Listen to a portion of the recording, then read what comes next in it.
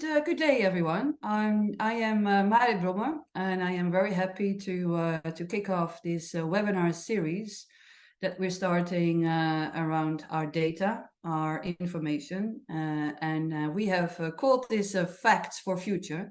And the reason why we're doing that is time-bound in the sense that, as today as well, I'm going to present you some key figures on behalf of IGA towards our journey to COP28 in Dubai. But it is also methodology bound in the sense that as IGA, we have taken data, standardization, best practices, and hence speaking with one voice in a unified way across the industry as a top number one priority in the coming 3-year work program towards WGC 26, which is going to be in Calgary, Canada. So mark your diaries, please. Warm welcome to all. We are recorded because the idea is that we are putting this online as well.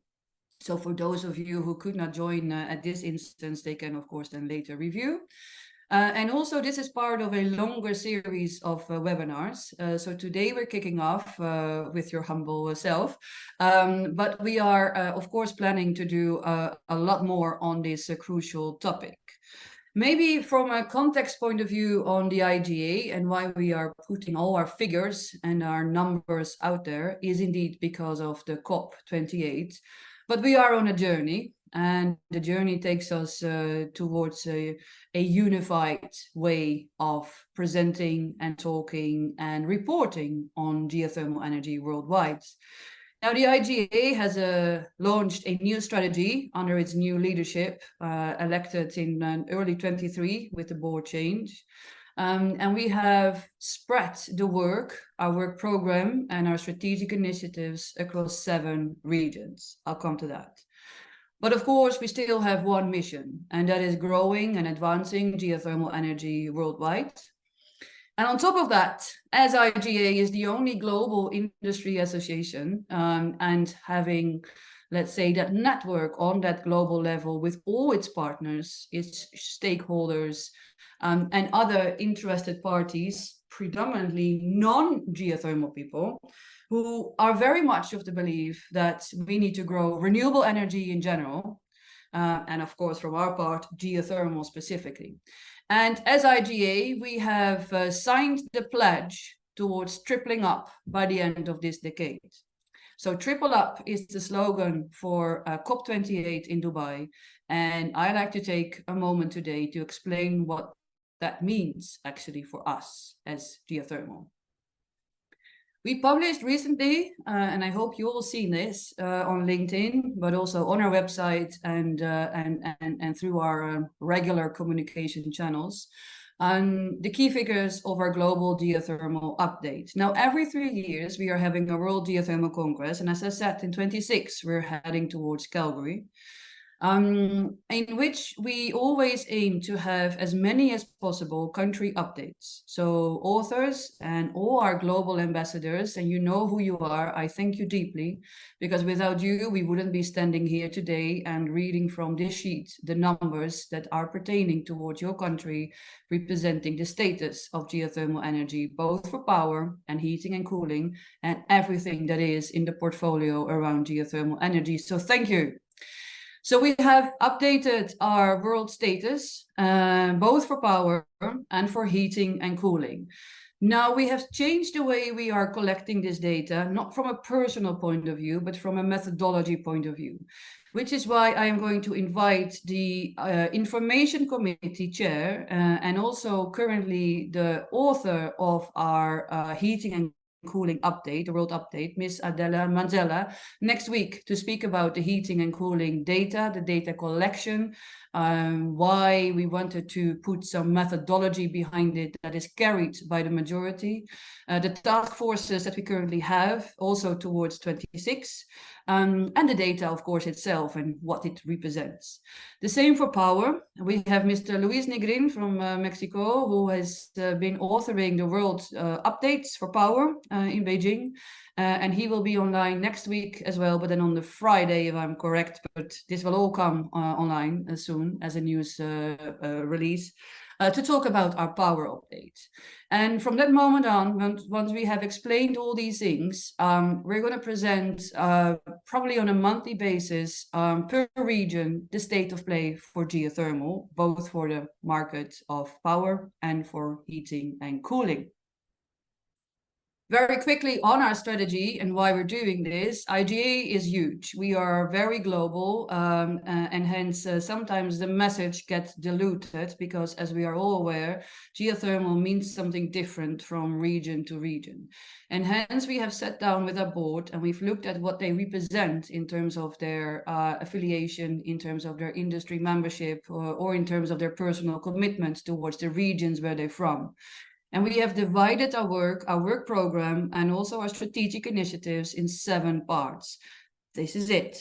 So we have 7 parts, and from now on, we will have some newsletters, we will have some releases on the status updates, and we work more coherently together with our partners and our stakeholders in those specific regions to actually facilitate further development for geothermal in that specific area of the globe. Enough on the IGA internally, let's move into our figures. So from the 2 basically updates that we get aggregated from the over 88 country reports that we got on the heating and cooling sides. And again, thank you for all those folks who have authored these country update reports, have diligently put the records together and are following and tracking all the numbers. We have created a geothermal wells dashboard. This is the status of 2023, and we're active in 88 countries with heating and cooling, also known as geothermal direct use. And there are about 2,500 active producing wells, deep geothermal wells. This is not heat pumps. Deep geothermal wells delivering megawatts. Actually, I should say gigawatts. In total, we have 173 gigawatts overall heating and cooling. However, this is also pertained to heat pumps. So mind you, this figure can be broken down into specific deep geothermal, which is an equivalent of around 45 gigawatt thermal, and over 130 is currently being installed for ground source heat pumps. And that is a phenomenal change since 2020. And it clearly shows where the heating and cooling market is going. In total, we have 173 gigawatt thermal, and actually there are only a couple of regions who are leading in heating and cooling, and that is China, which is also the reason why we were in Beijing in WGC 23. But China is the absolute master in terms of heating, district heating predominantly, through, on average, about 900 wells, deep geothermal wells, over 2.5 kilometers deep. And that is drilled in the past 8 years, which is a phenomenal achievement if you look at it from the grand scheme of things. Now, Europe is, of course, also not bad when it comes down to the direct utilization of geothermal. And then the rest of the world is spread. And this is also how you can really interpret also the fragmentation of geothermal, especially for the direct use, because there are megawatts per country, basically. It's not gigawatts per country, it's really megawatts per country. And hence, with Adele, next week, we're going to zoom in a little bit more in terms of the sectors, what these numbers represent, the markets that they represent, and in which areas it's very likely that these numbers will see growth towards the end of the decade. If we look at power, it is a quite different story. It's very singular when it comes down to its market penetration, and it has stayed quite, let's say, strict in terms of the categories of the countries, and hence their a gigawatt installed in the top 5 or even in the top 10. So 31 countries currently have installed capacity for generating electricity through geothermal assets. We have over 3,700 wells active from varying depths and megawatts per well. And in total 16.26, and I just shortened it to 16.3 gigawatt electric, which is a marginal change if you look at our updates in 2021, because then we were at just 16. So we have added 250, around 300 megawatts over the past 2 to 3 years, which is basically a reason why the IEA always calls us stagnant. We are flatlining, and that of course needs to change. I think we are all aware of that needs to change. Leading in the game of power is still the USA with the most installed capacity, but also Indonesia, Philippines, and Turkey. And by the way, this plot is not just installed capacity. This is the number of wells that are active in these countries. USA is leading, and the rest of the world is scattered really across the world, because this is also where Central America sits. This is where Latin America sits. This is where part of Europe sits, and hence it is always difficult to really plot all the countries with their specific gigawatt or megawatt electric. We've looked into a dashboard for what kind of gigawatt electric per type of turbines are there in the market. And what we clearly see is that flash plants are still dominating, especially in those traditional, typical geothermal countries. So flash is number one, closely followed by binary and dry steam. And then we have a very small amount of back pressure turbines still active. And in the category other is typically the upcoming a new type of turbines and the Kalina cycle. The average megawatt per well is about 3. It's just under 3 megawatts. It's 2.98 to be very precise. And this goes for the high enthalpy wells. This is the power wells, basically, for the power assets.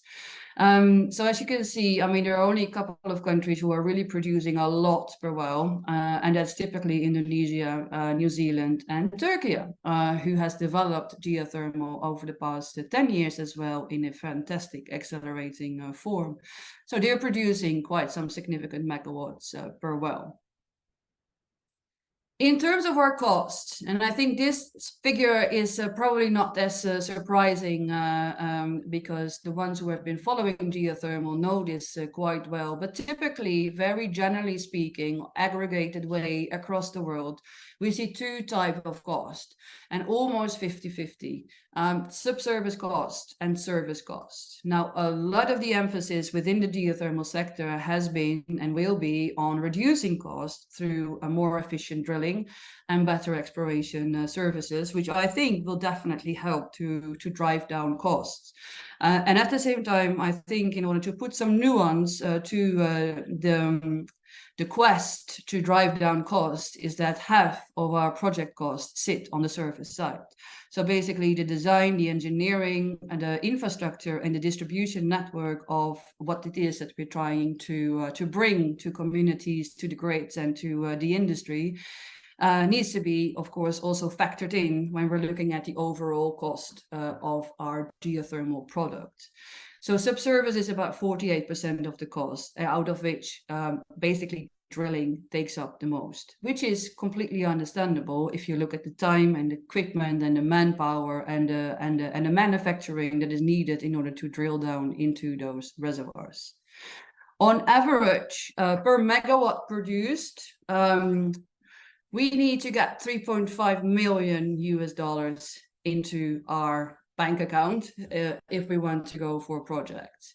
So people who are estimating based on certain methodologies, under which we are also going to have some webinars, basically the UNFC methodology will be one of the items we are going to discuss in terms of how to assess your project when it comes down to classifying maturation and feasibility economics. But also, I think it is quite interesting to understand better where this cost assessment and figure is based on. It hasn't changed much over the past 10 years. meaning that there is something very stable in terms of our costing, and whether that is real, because this data is real, or whether we have some more work to do to get some further data on this cost profile is going to be seen in the coming weeks, because I think this is an important figure to keep in mind.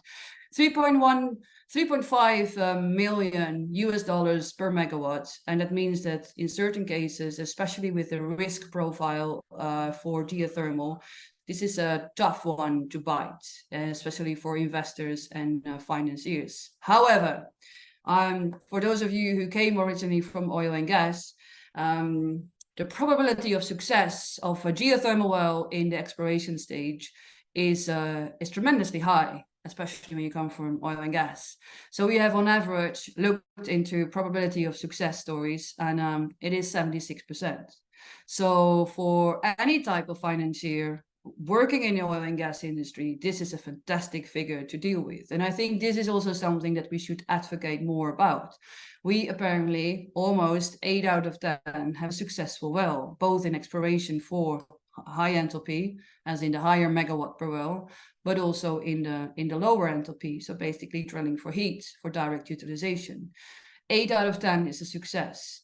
And of course, you can then look into development stage and operational stage, and what you see is that, of course, in operational stage we have a huge success, because it's almost 10 out of 10 wells is being drilled successfully and has hit the reserves and resources it wants. But this is an important number, because most of the financiers get stuck in the risk profile around geothermal, and hence lifting this number into the conversation will be an important element in our COP28 conversations. Speaking about COP, COP28 is in a few weeks. It is end of the month, and as IGA, we are the only global industry association representing the best interest of our industry members, but also, of course, of all our stakeholders involved, including our affiliated members, including the NGOs who are aligned with us, including each and everyone individually who are supporting the mission of getting more geothermal online. And as IGA, we have partnered with 2 leading organizations. One is IRENA. IRENA is the International Renewable Energy Agency. They are based in Abu Dhabi, and they have an alliance called the Global Geothermal Alliance. And we are very strong together. They have the means to get the politicians in the room, basically the ministerials, and we have the means to get the industry partners talking. And hence, having that per market section approach in terms of what goes well, what doesn't go very well, what needs to be improved, and how much capital do we actually need in order to get those megawatts online, are very meaningful conversations to be had with the groups that can be convened through IRENA. At the same time, geothermal is a very small source of energy still. And I know with you and with all of us out there, we're going to change that. But at the moment, I think we have to be very realistic. We're contributing 0.5% in terms of clean electricity, and just under 2% when it comes down to clean heat.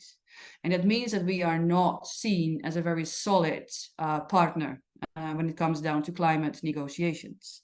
However, our friends from the renewable energy sector, such as hydropower, such as wind, such as solar, and to a certain degree, the 2 newcomers, green hydrogen, which is the buzzword, but also storage, comes in as a very, very strong component of the future energy mix. And hence, under the Global Renewables Alliance, the 6 industry associations have united and have put a signature under the pledge of triple up to 2030.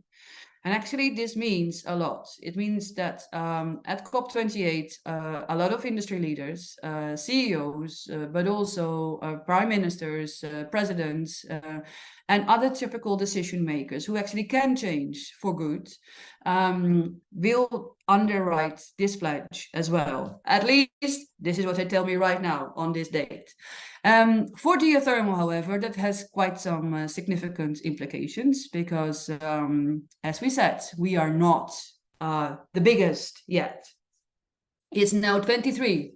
I shared with you the biggest numbers when it comes down to geothermal and the numbers we take with us to COP28. For power, almost 16.26. Well, let's call it 16 for the sake of argument.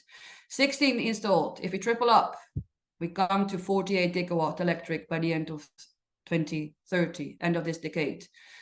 That is 32 gigawatts that is going to be installed. It has to be installed in the coming 5.5 years. Whether that's realistic, I like to hear from you, right? You can chat, or you can come after this conversation online and you can raise your questions or your observations or your perspectives. Love to hear from you. Triple up to 2030 means adding 32 gigawatt electric to the grid or standalone. For heating and cooling, it means we have to add 345 gigawatts. And basically together then we are with almost 600 gigawatt energy for geothermal. And that means that on average, from this day onwards to 2030, we have to commission 63 gigawatt of geothermal per year. 63 gigawatt per year. That's the target, that's the goal.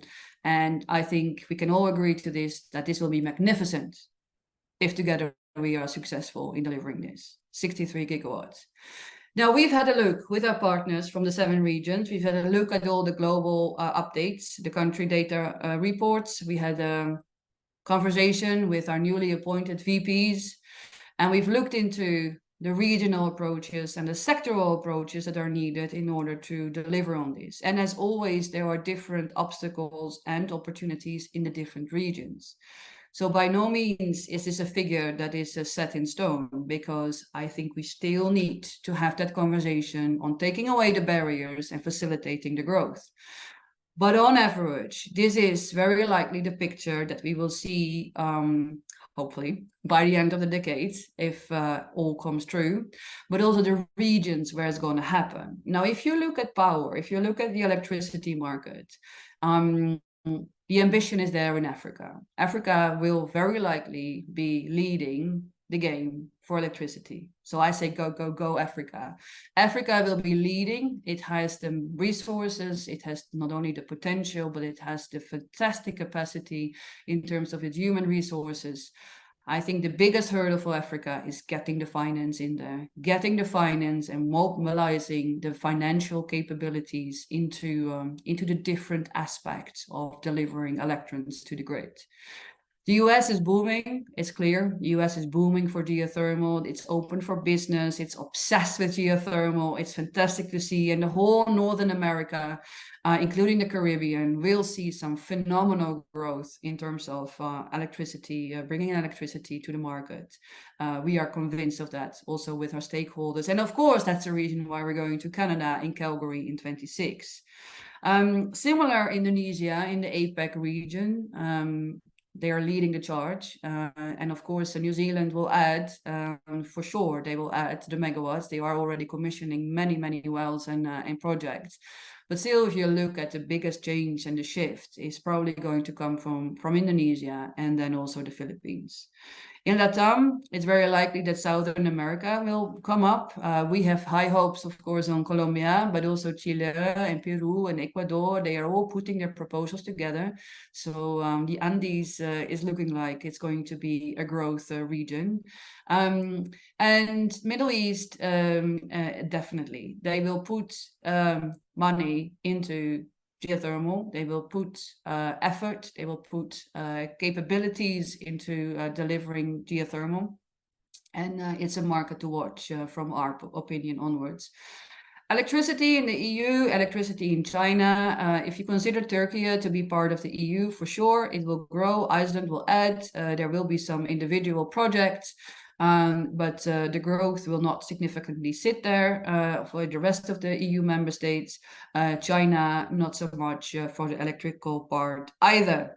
However, if you look at heating and cooling, China is booming. I mean, the reason why we were in Beijing is, of course, because they are the leader when it comes down to heating and cooling. Their ambitions are sky high. They have a new venture called Go Global mission with Arctic Green and Sinopec. They have the desire to reach for the sky, and I'm sure we will see many more wells drilled and many more megawatts in terms of the Chinese heating and cooling market. But again, the Middle East is upcoming. It has a definite focus on geothermal. It wants to do cooling, it wants to do direct utilization, and it wants to invest.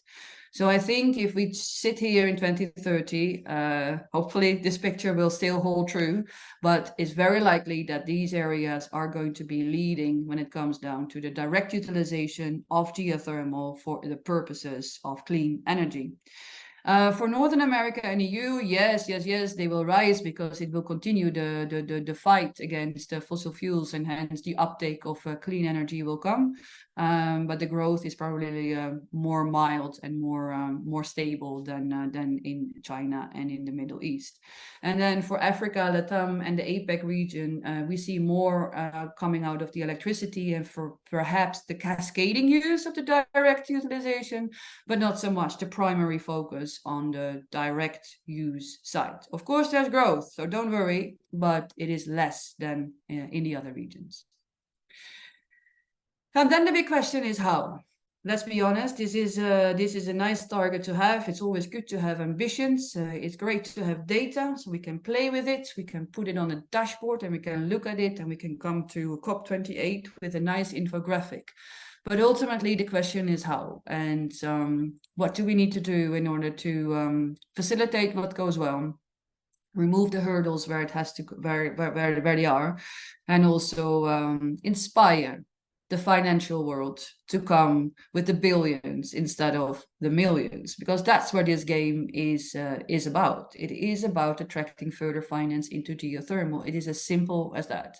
So for us, we have a 5-point agenda coming out of the 7 regions that we are working in. So the 5-point agenda that I am very fortunate and very honored about representing in Dubai is on 5 points, and that is the financial side.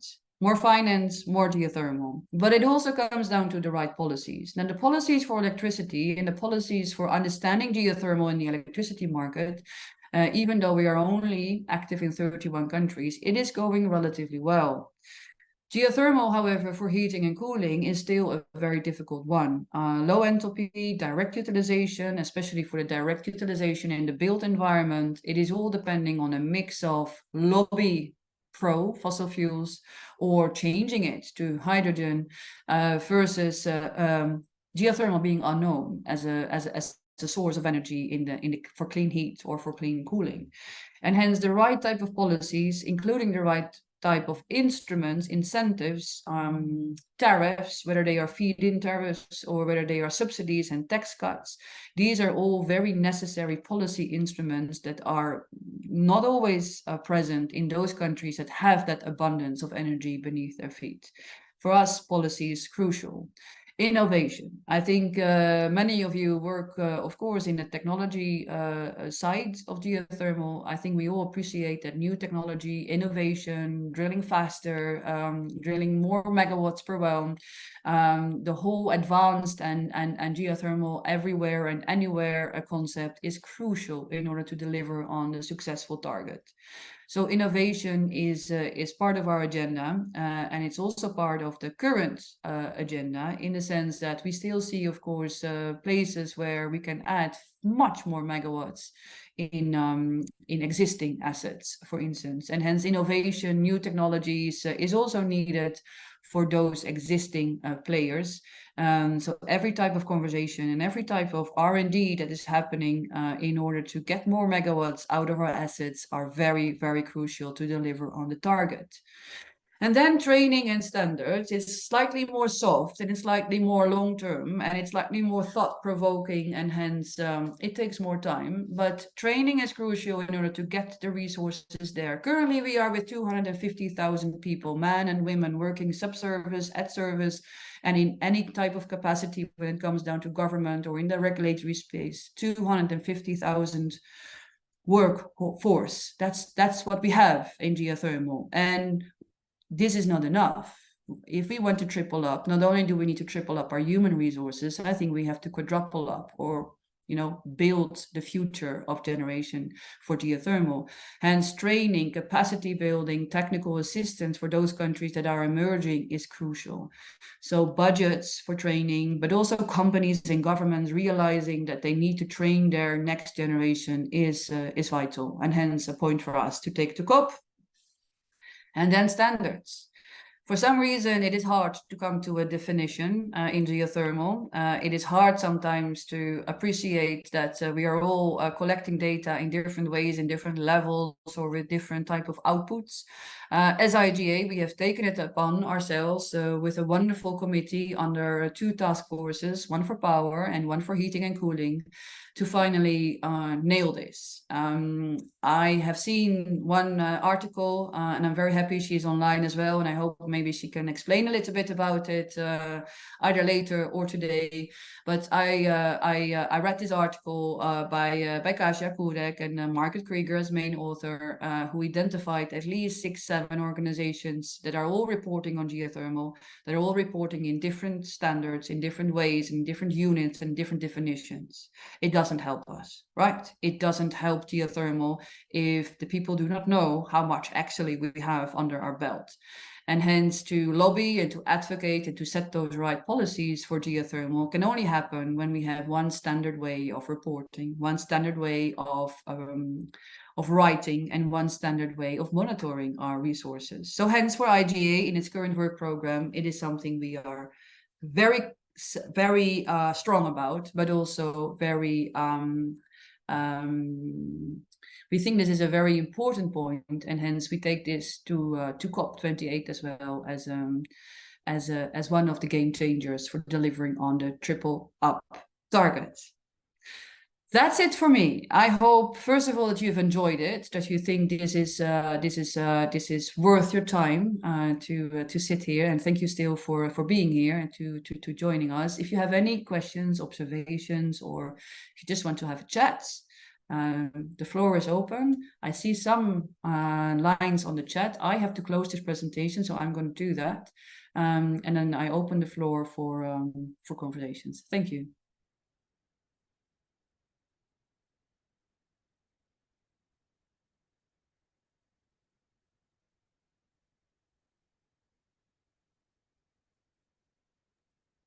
Kasia, do you maybe want to say something?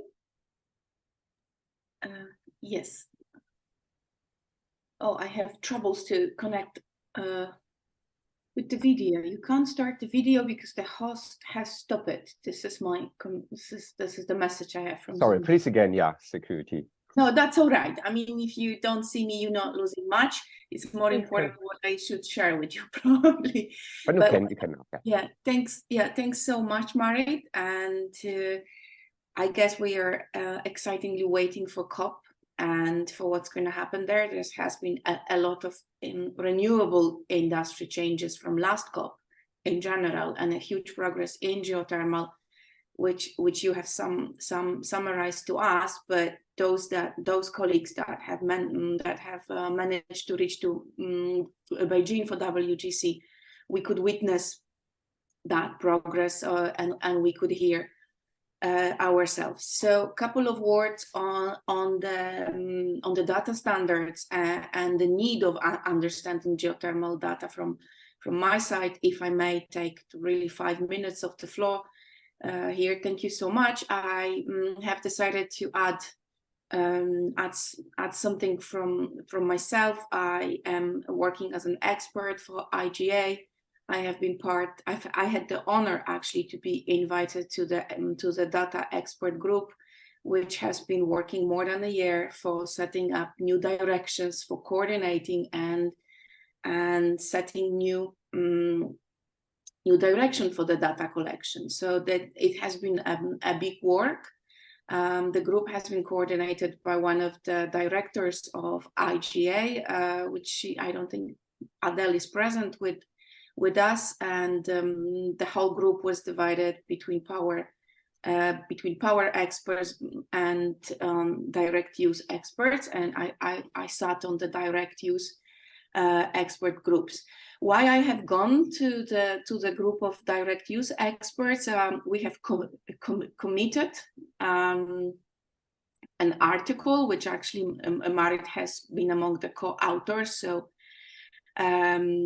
she will know which article I'm referring now. And as she has briefly mentioned, we have compared data entities, how they report geothermal data throughout the determined time set. So we had couple of years, like some amount of years, and we have been comparing the numbers through the various statistical methods. And what we have discovered, just to sum it up, is very positive for the power sector. The power sector data is more or less aligned, but the problem comes with the direct use data, which is very fragmented, and the differences in volumes in figures were even up to 60%.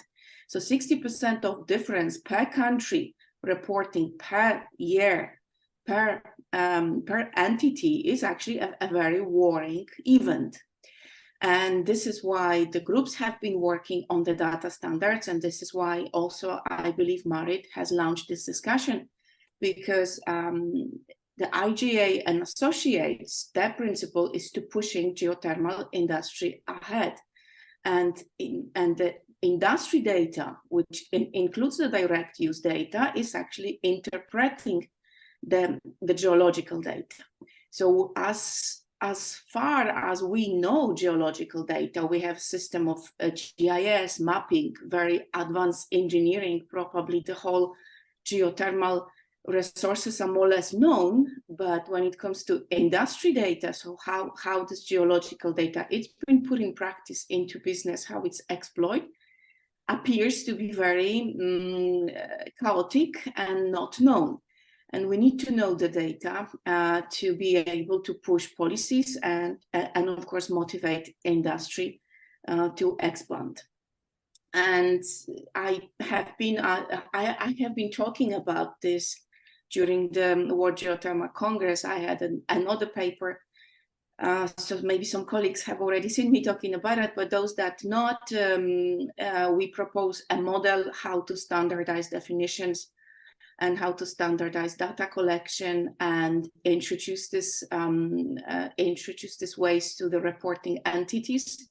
And there is a lot of challenge in this sector, like data ownership, definitions, volumes, especially direct use. It starts to be a little bit of a headache because we would have to very much classify the direct use, which is also the problem in reporting, because some categories are merged, some categories are not recognized throughout collecting data. Also, the reporting institutions or organizations have certain preferences according to the country profiles and geological profiles of their own. So there is a lot of work to do, and I'm very glad to see that this discussion launches and becomes as a kind of professional interest for IGA and associates, because that is not just the associate role, that's not just the IGA role. The associates are absolutely necessary, in my little opinion, to support the data standard works. What I wanted to say, that these observations are not just mine about the geothermal data discrepancies. There is a series of publications, scientific publications, which are actually raising the problem of technical misinterpretation of reported industry geothermal data. So we have a motivation also from other authors, and we have a motivation from the community, from the scientific community. That's also important. And yes, and I hope that there will be more works and more dedicated, more actually people that would like to dedicate their work to the data analysis. This is what also is underrepresented in the geothermal research. The data analysts, the data methodology. This is still a very marginal scientific angle and reporting angle. So for those colleagues that work in science or at the edge of research, there is a huge opportunity there with the new technologies, with the AI. We have a chance to cover this knowledge gap too. And yes, Mari, thank you. I took 10 minutes, but that's a problem. Yeah, I hope I could add something to the discussion, because it is something from the last 2.5 years of my work and my research. So I'm very happy to be at this panel, and I really keep my fingers crossed. And of course, for big milestones for geothermal, the data has to be standardized, and there have to be shared definitions, accepted also definitions by the whole community, and we are looking forward for that. Yeah. And we have to connect forces, right? We have to join forces for that, because that's not IGA work, it's like sole work. Then the role of associates, like in my opinion, is very crucial. Yeah. No, for sure. And thanks, Kasia, also for the hard work in the past years. Let's hold hands in the coming 3 years as well. And stock taking is one thing, which is what we do every 3 years, but there is continued work behind it. And I just want to give recognition to that. These are all volunteers sitting in committees, putting their thoughts, their process, their methodologies, and their hard time sometimes to get to compromises. So thanks, Kasia, for leading that way and to putting your volunteer time to this. Ian,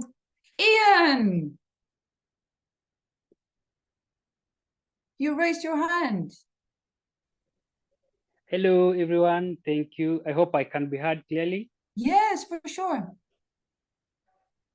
Maybe just to add my insights on the same. Thank you, Marit, for the wonderful presentation. And just to add, I've been checking on the Paris Agreement, and I feel like it's high time on the COP28 that it can be scaled, and through tripling of renewable. What I feel is we have been spending more time and resources on activities that destroy nature. And I believe that it's high time right now we focus on those activities that build nature and make it more sustainable. And I believe geothermal has a role in this. Also on the same, I see a potential of heating, especially in Europe. So it's a good place for geothermal to take a role and triple. In Africa here, we don't need much of heating, but I believe through electrification in sustainable way, geothermal is key. On the same, I feel we need that global attention in COP28. We need the global attention from politicians, investors. We point out that through geothermal, we can achieve a sustainable future. About maybe one question on data is, I would wish to know, how do we get our data? Is it from the utility or from the developers? Thank you. Yes, Ian. Well, thank you. Thank you for always being that positive spokesperson out there. I think you're absolutely right. It is about the politicians. I mean, I do think it is also good to see more tech, and we need project finance, and we need everything. But without the political will and without fierce decision making that geothermal is part of a sustainable energy future for all continents, regardless where we sit on this planet, is crucial. And hence, this is something that is always a bit hard when you don't see or when you don't feel that political support. And at the same time, I am convinced that times are changing. Times are changing for any type of renewable energy, but definitely also for geothermal. It is becoming more mainstream. It is being picked up in the news. It is being picked up by certain individual politicians who are making it their own political agenda to come forward with it. I even saw here in my home country, I saw the King of the Netherlands opening a geothermal site. It means that geothermal is being picked up. So I'm with you, Ian. We need much more, but hopefully with these small steps, we will get at least to the biggest hurdle, and that is more policies, better policies, but also more finance. Thanks, Ian. Thanks. Is there anyone else with a hand raised, or I saw a quick note by Helen. Yes, good question. Look, on my own personal experience from my own, well, track record in oil and gas. I mean, we drilled wells in exploration stage between 10 and 25% probability of success. Completely acceptable by standard management. If you produce a reservoir model that says, you know, drill here, 1 out of 10, it's a success. 300 million, not a problem. So I guess for me, still coming from that sort of background, realizing, of course, that it's an entire different industry, fair enough. 76% on average, if you look at the exploration track record for geothermal worldwide, 76% is just fantastic. I mean, it's fantastic.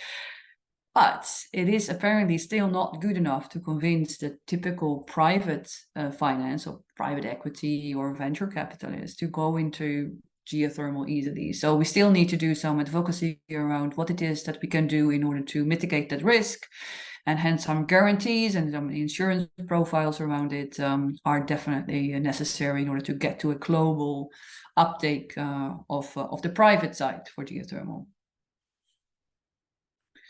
I also saw,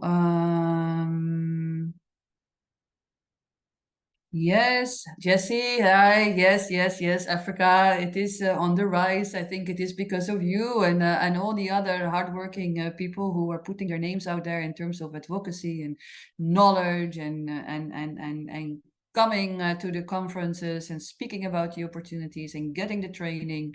That you will definitely see that rise. But I also think, look, 2% of the finance, of the climate finance went in Africa. It's not acceptable. 2% out of billions went into Africa for clean development. And that needs to change. And that is part of COP28 discussions as well. Africa has the resources, Africa has the potential. I think we do not have to debate that. But financing Africa, that's a different story. And I guess this is where it comes into having those meaningful conversations, both with politicians, with the political will, but also the financial side to get that dollar in. Yes, Ethiopia, good point. Advocacy, promotion, absolutely. International cooperation, knowledge sharing. I think that are all very valid points. And also, hydro is your biggest source of RE. I can see that, which is also good. Hydro is also good. But indeed, getting more geothermal to Ethiopia is a core mission. I've Helen here on the call as well, which is nice. Helen is our newest, latest addition to the team, specifically focusing on Africa, organizing a lot of events in the coming year. Ethiopia is part of it, right, Helen? Sorry, I wasn't expecting you to. This is good. This gives some energy. Yes. Oh yes, there is lots of plans for Africa with events and training programs and building on our partnerships and strategic engagement. So there's lots to come in the next year and beyond as well. So, and I look forward to working with everybody across Africa and those partners who maybe are based outside of Africa but are focusing on work in Africa also. Yeah, cool. Yeah, thanks. I think, Dave, I like what you say. This is exactly what we're doing. But it's good to bring it up in the chat. What are we as IGA, but also I think in general, what geothermal should be doing is, besides, of course, talking to each other, because it's good to innovate and it's good to demonstrate progress towards our own community. That's still necessary, but there is a clear need to get out there to the other industry sectors that are in need of clean energy. So for us, we have targeted mining and of course oil and gas, but let's be honest, that is like brother and sister already. But the mining industry, the green tech, meaning especially the organizations around the greenhouse industry, because they are going to be the future customers. I have no doubt that a lot of geothermal direct use will go into the greenhouse sector. We're speaking with many alliances around clean cities and the 100 climate neutral city initiatives, because decision making is in cities very complicated sometimes, and hence for geothermal to play a role in cities, you really have to sit at the front seat when it comes down to understanding how you can mobilize geothermal as part of the energy mix for clean cities. Solar is easy. The roof is there. So if solar is there, the roofs are there. But for us, geothermal, we need to go into backyards and streets and infrastructure, etc. Yes, I have a question on cement. We tried this, and maybe Dave, if you can say a few things on maybe what from your perspective. We find that a very difficult industry to target because they always say we need high temperatures and we are hard to abate, so we go hydrogen. It's really difficult to get into the conversations with the cement industry, and the same goes of course also for the steel industry. And another segment, if I may add before Dave, if you want to say something, I would be delighted. Another segment that I think is very interesting is the mobility sector. There is a clear need for alternatives than fossil fuels, and with geothermal and especially our CO2 reduction program, we do a lot with sustainable airline fuels, so the SAFs. Especially our friends in Iceland are working on that, and it's fascinating to see what that can bring in terms of the whole, let's say, fuel type of conversations. So mobility is also a part of the conversations. Great, Dave. If you want, if you can add, that would be brilliant. Yes, can you hear me? Yes, perfect. Yeah, I mean, I think the thing that always strikes me is there's just so much to do, isn't it? There's all these various industries that could potentially benefit, but like you rightly point out, it's always very local and bespoke, and that's always the challenge is to, how can you give a general message when geothermal is so inherently bespoke?